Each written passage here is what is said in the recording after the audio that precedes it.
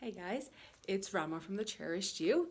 Thanks for joining me. It's my very first episode of Cherished TV, and so if I'm a little nervous, that's why.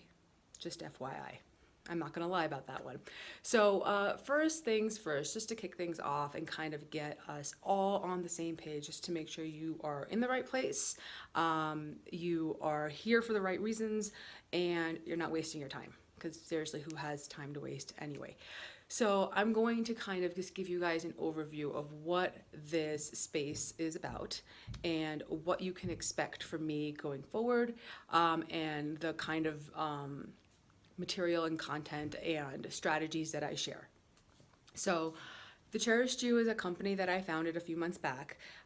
It was something that had been percolating through me for actually a number of years. And I've been running my own coaching business for almost 3 years now. And what happened over the course of that time, like is most common with first-time business owners, is the first time I was running my business, and things kind of changed. It morphed, it changed, it kind of kept kind of evolving. And it's what I started off with health coaching, moved over into helping entrepreneurs with their self-care, and then it kind of kept kind of morphing into something else. And then I took a break. Last year, around this time, I kind of put everything down. I wasn't feeling it anymore, so I kind of just like let it go. And I had no clients at the time, so it wasn't like I was leaving my clients in a lurch or anything like that. But I kind of needed some time to regroup. I was going through a lot of personal stuff, and I kind of needed to just kind of get back to myself and figure out whether or not this was something I wanted to continue, and if it was something that still fit into both my immediate life plan and then the larger life plan that I had in my head. Over the next like 8-9 months, a lot of stuff changed. I changed. I kind of came into my own, into a new way over the course of that time, and a lot of things fell apart. A lot of things came back together, and then this company came to me as really what I was meant to do. And it was for the first time since I had started my business that really felt true to who I was, true to what my mission on this planet is, and what it is that I wanted to help everyone else on the planet with. So when I spent 3 months really not even telling anyone about it, kind of really laying out really clearly in my head what I wanted from this, what I wanted the Cherished You to represent, and how I wanted to birth it into the world. I really took my time with it. It really was like I was pregnant with this company and just trying to nurture it to a point where it was ready to be released to the world. And like 6 weeks ago was really when I was like, okay, I'm ready. And then it was just about making content and getting stuff ready and getting the graphics running. I was kind of just doing a slow roll on social media just to kind of get a feel for what my style looked like in the real world, because I learned by trying things. So I had to kind of test it out short term, and that's what I've been doing the past like six-ish weeks or so. This is now what you'll be getting from me is a weekly video just like this, what I'm calling Cherished TV.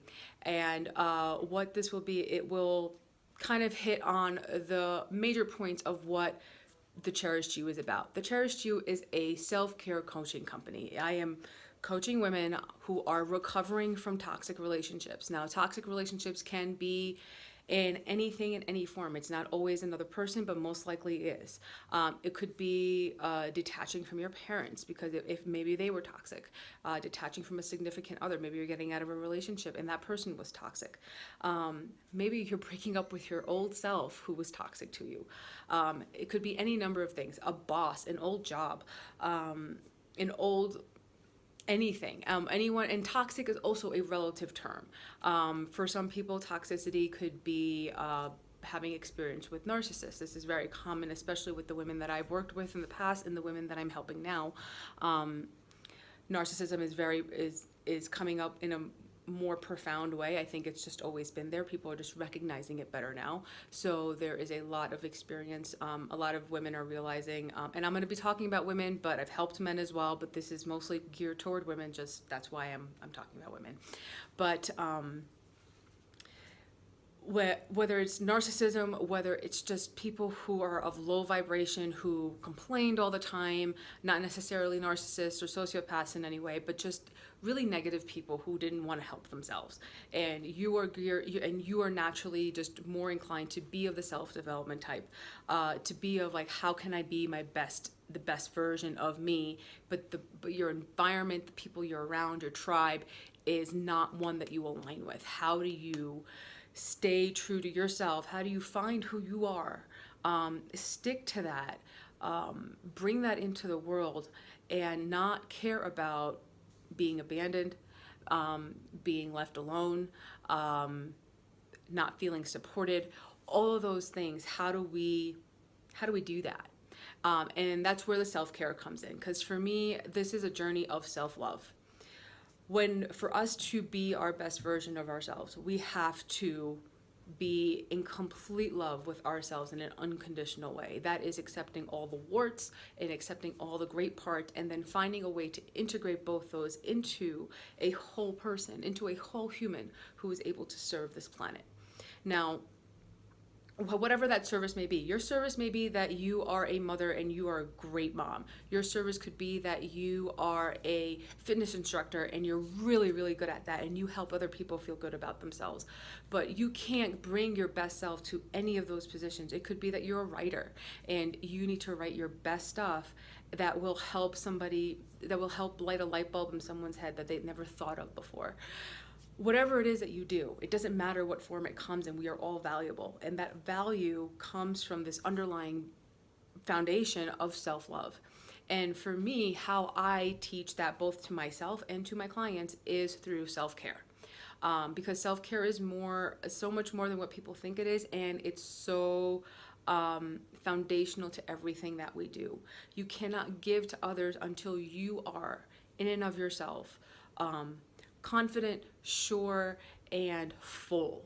You can only give from your overflow. I refuse to allow anyone to give from the reserves of what you have or when you're not completely full, because it's not going to be your best self.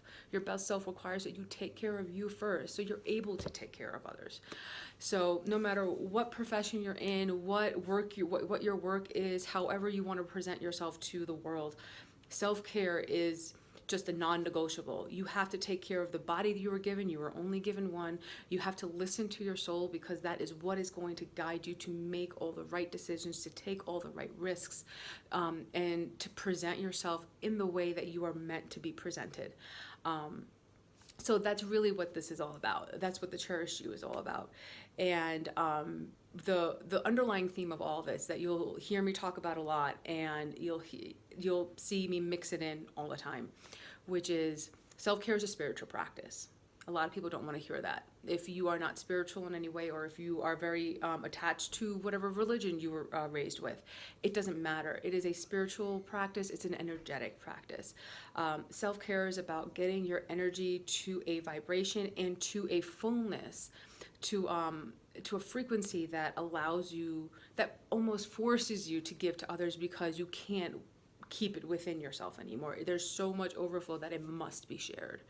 And that is really where a lot of us kind of trip ourselves up. We have a hard time giving to other people, because in essence, we're trying to give from when we're not completely full yet.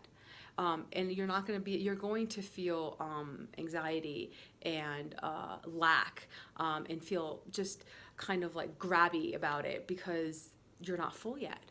So until you learn how to fill yourself first, you can't give. And we're all inclined to give. And in this, we are literally entering a new earth right now. And it's time for us to balance ourselves, this is another central theme that I'll be talking about, is balancing and integrating the two energies that we all carry, which is the divine feminine and the divine masculine. I will mention these a lot in future videos, so you'll see it. But that's really what the Cherished You is all about, is cherishing yourself so you can cherish others. And that is really where the name came from, and where all of this comes from. We are rising from the ashes, we are rising from the mud to create beautiful lotuses, and within all of us, phoenixes, whatever you want, whatever you feel like identifying with. And bringing our best selves forward and learning how to do that in a flow, but with enough discipline that it shows up for us consistently. It's about mixing all of those. A little bit background about me, so you know where I'm coming from. I have a extensive science background. I am a doctor. I will be getting licensed shortly, in some time. Shortly meaning relative to how long I've been out of medicine for me going back into it. But I graduated med school in 2014, and I did not continue into residency at that point, because at that point I did not know how to embrace the profession as it's set up right now, where it's really it doesn't help you heal, it's sick care. And I was always more inclined to help people. I don't want to see you as a doctor. I want to give you all the tools where you can take care of yourself, and you have to come to me only when you have questions or something's not working and we need to troubleshoot. But I don't want you coming to me for being sick, because I don't want you to be sick. And that is not where the profession allowed me to be that kind of doctor. It didn't allow me to be that. So I left it. And it was as simple as that. And it's been, it's now 2018, so it's been 4 years now, almost. We're hitting 2019 now, so it'll end up being 5 in a few months. But I've kind of come around to the fact that I do need to go back, more for myself than anyone else. When I'll be ready to do that, I don't know yet. I just know that it's coming at some point. But I'll keep you guys updated on that if you really care about it. So I will be working back toward that. So, but my field, what it'll be, is psychiatry, mostly because that's really the only field that has the capacity to be a mind, spirit, body, complete preventative medicine kind of feel. Like, that's the best way I know how to describe what I do in that sense. But what all that rambling is about is that I have an extensive science background. I also have spent the last 7 to 8 years working extensively with energy. That was first recognizing that I was an empath, and then how to use that to put myself in the best situations for me, and then also understanding that and how that relates to the people around me. So there's been in the past year and a half, it's been a little bit more high intensity for me as far as my training is concerned. So you're going to hear both, because at the end of the day, it's about integrating both of these things. It's not about one or the other. One isn't better than the other. Just because we don't understand energy is only because we haven't taken the time to understand it. Yes, it's more esoteric. Yes, it's more abstract. It's not something that can necessarily be tested in a lab. That doesn't mean it's not real. And the same thing with science. Science is disproven all the time. As much as it's proven, it's also disproven.